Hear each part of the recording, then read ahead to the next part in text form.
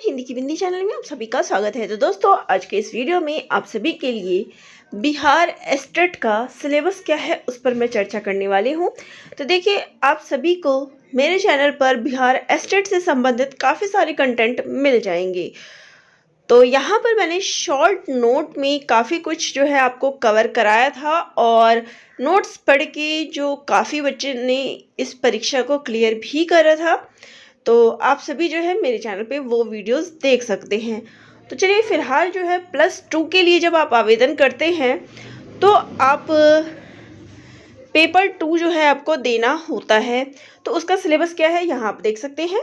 तो यह हिंदी विषय का सिलेबस है और आप अगर कहेंगे किसी और सब्जेक्ट का तो वो भी मैं आप सभी को बता दूंगी। तो पहला है हिंदी साहित्य का काल विभाजन और नामकरण।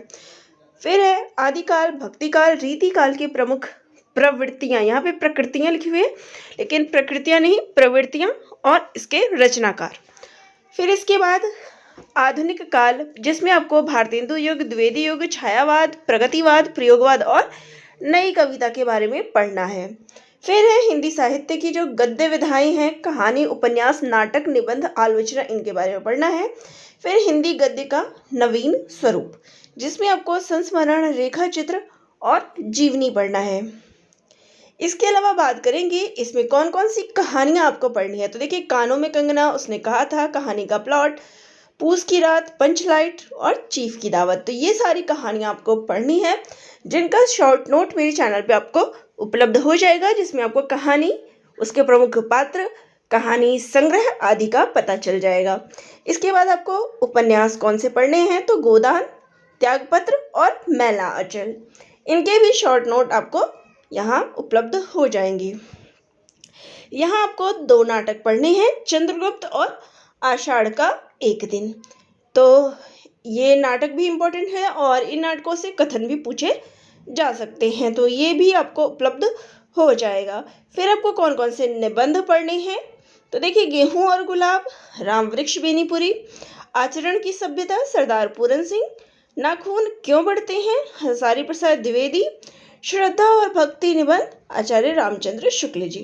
तो इन निबंधों का भी संक्षिप्त नोट्स जो है चैनल पर उपलब्ध है। फिर आपको कुछ कवि और कविताएं जो है पढ़नी है, जिसमें आपको विद्यापति पदावली पढ़नी है, जिसमें आपको संपादक राम वृक्ष बेनीपुरी का पढ़ना है। और इसमें आपको और ज़्यादा फायदा है कि यहाँ पे सिर्फ 4 जो पदावली है वही आपको पढ़नी है, जैसे कि देख देख राधा रूप पार, फिर जय जय भैरवी, फिर है कुंज भवन से निकलस रे और तातल सहकत पार बिंदु सम। तो ये ही 4 आपको पढ़नी है। इसके अलावा कबीर में आपको दुल्हनी गावहु मंगलाचार, झीनी झीनी बीनी चदरिया और काहे रे नलिनी तू कुम्हलानी। तो यही 3 आपको कबीर में पढ़ना है।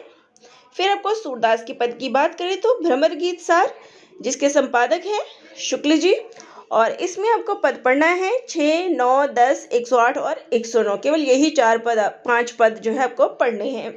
फिर जायसी में आपको नागमती, यहाँ पे नग है लेकिन आपको नागमती वियोग खंड पढ़ना है, ये भी चैनल पे उपलब्ध है।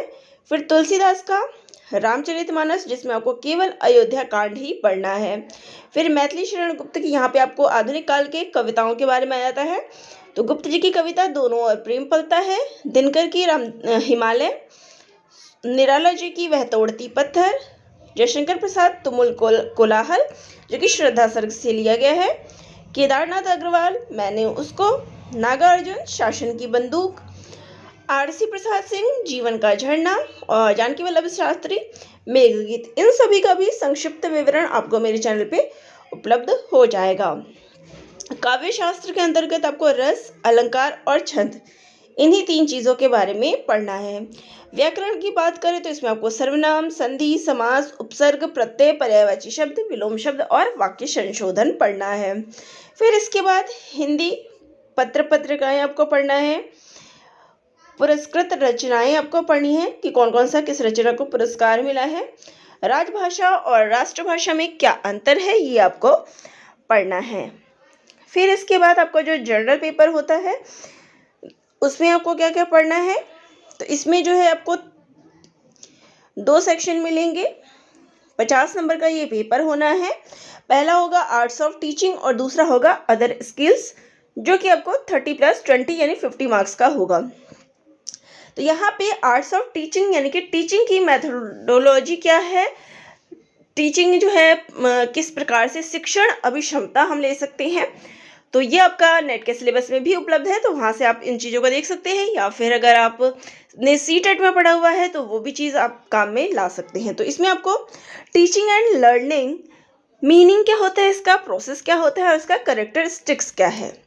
फिर टीचिंग ऑब्जेक्टिव्स क्या है, इंस्ट्रक्शंस ऑब्जेक्टिव, तो टीचिंग के ऑब्जेक्टिव्स क्या है, इसके मीनिंग और टाइप्स, ब्लूम्स और टेक्सोनोमी, यानी इसकी जो हम कह सकते हैं कि इसके अच्छाई और बुराई क्या है। फिर आपके पास टीचिंग मेथड, तो कौन कौन से मेथड होते हैं, इसके टाइप्स एंड इसके कैरेक्टरिस्टिक्स बताने हैं। फिर मेरिट एंड डीमेरिट्स, यानी इसकी अच्छाई क्या है, गुण क्या है और इसके अवगुण क्या है, ठीक है, इसके गुण और दोष आपको बताने हैं टीचिंग मेथड के। फिर आपको लेसन प्लान, कोई भी लेसन कैसे प्लान किया जाता है, तो इसके टाइप्स क्या है और फॉर्मेट कैसे बनता है और अनेक प्रकार के मॉडल कैसे तैयार होते हैं।